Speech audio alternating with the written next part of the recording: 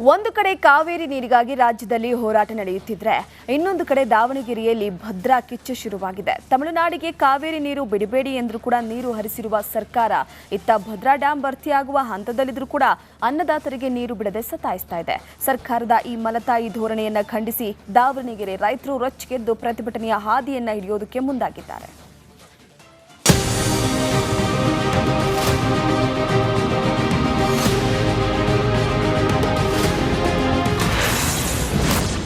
ಜಲಾಶಯ ತುಂಬಿದ್ರೂ ರೈತರ ಜಮೀನಿಗೆ ಬಾರದ ಭದ್ರಾ ನೀರಿಗಾಗಿ ಹೋರಾಟಕ್ಕಿಳಿದ ಅನ್ನದಾತರು. ಮಲೆನಾಡು ಭಾಗದಲ್ಲಿ ಉತ್ತಮ ಮಳೆಯಾಗ್ತಾ ಇರೋದ್ರಿಂದ ಭದ್ರಾ ಜಲಾಶಯಕ್ಕೆ ಜೀವ ಕಳೆ ಬಂದಿದೆ. ಡ್ಯಾಂನ ನೀರಿನ ಮಟ್ಟ 172 ಅಡಿಗೆ ತಲುಪಿದ್ದು ಬಹುತೇಕ ಭರ್ತಿಯಾಗುವ ಹಂತದಲ್ಲಿದೆ. ಆದರೆ ಸರ್ಕಾರ ಮತ್ತು ಶಿವಮೊಗ್ಗದಲ್ಲಿರುವಂಥ ಕಾಡಾ ನೀರಾವರಿ ಸಲಹಾ ಸಮಿತಿ ಮಾತ್ರ ನಾಲೆಗಳಿಗೆ ನೀರು ಹರಿಸುವ ಬಗ್ಗೆ ಇನ್ನೂ ಯಾವುದೇ ನಿರ್ಧಾರವನ್ನು ಪ್ರಕಟಿಸಿಲ್ಲ.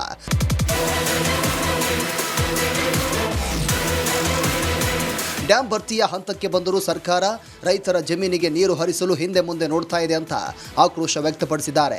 ಭಾರತೀಯ ರೈತ ಒಕ್ಕೂಟದ ನೇತೃತ್ವದಲ್ಲಿ ದಾವಣಗೆರೆ, ಹರಿಹರ, ಹೊನ್ನಾಳಿ ಭಾಗದ ನೂರಾರು ರೈತರು ದಾವಣಗೆರೆಯ ಸರ್ಕ್ಯೂಟ್ ಹೌಸ್ ಬಳಿ ಬೃಹತ್ ಸಭೆ ನಡೆಸಿ ಆಕ್ರೋಶವನ್ನು ವ್ಯಕ್ತಪಡಿಸಿದ್ರು. ಭತ್ತದ ಬೆಳೆಗೆ ತಕ್ಷಣವೇ ನೀರು ಬಿಡುಗಡೆ ಮಾಡುವಂತೆ ಆಗ್ರಹಿಸಿ ಸರ್ಕಾರಕ್ಕೆ ನೀಡಿದ್ದ ಗಡುವು ಮುಗಿದಿದ್ದು ಇಂದು ಹೆದ್ದಾರಿ ಬಂದ್ಗೆ ಕರೆ ನೀಡಿದ್ದಾರೆ. ಅವತ್ತಿನಿಂದ ಇವತ್ತುವರೆಗೂ ಭದ್ರಾ ಕಾಡಾ ಸಮಿತಿನ ಒಂದು ಕಾರ್ಯಕರ್ತನ ಬಂತು ಅಂತ ನಾವು ಹೇಳಿದ್ವಿ. ನಾನು ಸಹ ಕಾಡಾ ಮೆಂಬರ್ ಆಗಿದ್ದೆ. ಕಳೆದ ಸರಿ ಎಲ್ಲ ಸದಸ್ಯ ಬಂತು.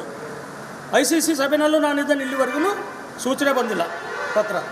ದಯಮಾಡಿ ಸರ್ಕಾರಕ್ಕೆ ನಾನು ಈ ಮೂಲಕ ನಾವು ಒಂದು ಎಚ್ಚರಿಕೆ ಕೊಡಲಿಕ್ಕೆ ತಯಾರಿದ್ದೀವಿ. ಈ ಹೋರಾಟ ನಿರಂತರ.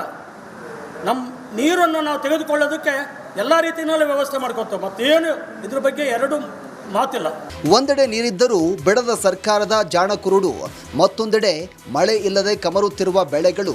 ದಾವಣಗೆರೆ ಜಿಲ್ಲೆಯಾದ್ಯಂತ ಈ ಬಾರಿ ತೀವ್ರ ಬರ ಆವರಿಸಿದ್ದು ಕೇವಲ 38% ಮಾತ್ರ ಬಿತ್ತನೆಯಾಗಿದೆ.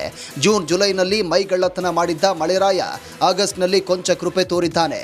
ಭದ್ರಾ ಜಲಾಯನ ಪ್ರದೇಶದಲ್ಲಿ ವರ್ಷಕ್ಕೆ 2 ಬೆಳೆ ಭತ್ತ ಬೆಳೆಯುವ ರೈತರು ಈಗ ನೀರು ತಪ್ಪಿದ್ರೆ ಮುಂಬರುವಂಥ ಬೇಸಿಗೆ ಬೆಳೆಗೂ ನೀರಿಲ್ಲದೆ 2 ಬೆಳೆಗಳನ್ನು ಕಳೆದುಕೊಳ್ಳುವ ಆತಂಕದಲ್ಲಿದ್ದಾರೆ.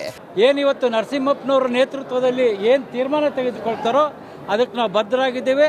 ಅದರ ಜೊತೆ ನಮ್ಮ ಭಾಗದ ರೈತರು ಕೂಡ ಈ ಬಾರಿ ನೀರೇನಾದರೂ ಕೊಡದೇ ಇದ್ದರೆ ನಮಗೆ ಮುಂದಿನ 2 ಬೆಳೆಗೂ ಸಿಗಲ್ಲ.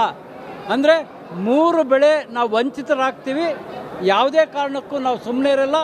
ಈಗಾಗಲೇ 171 ಅಡಿ ಸಮೀಪ ಡ್ಯಾಮ್ ಭದ್ರಾ ಜಲಾಶಯದಲ್ಲಿ ನೀರಿದ್ದು ಸರ್ಕಾರ ತತ್ಕ್ಷಣ ಭತ್ತದ ಬೆಳೆಗೋಸ್ಕರವಾಗಿ ನೀರನ್ನು ಕೊಡ್ತಕ್ಕಂಥ ತೀರ್ಮಾನ ತೆಗೆದುಕೊಳ್ಬೇಕು.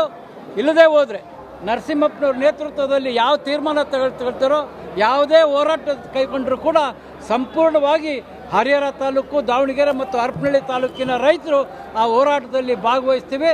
ಸರ್ಕಾರಕ್ಕೆ ಎಚ್ಚರಿಕೆಯನ್ನು ಕೊಡ್ತಾ ಇದ್ದೀವಿ. ಇನ್ನು ಜನಪ್ರತಿನಿಧಿಗಳು ರೈತರ ಗೋಳನ್ನು ಕೇಳ್ತಾ ಇಲ್ಲ ಅಂತ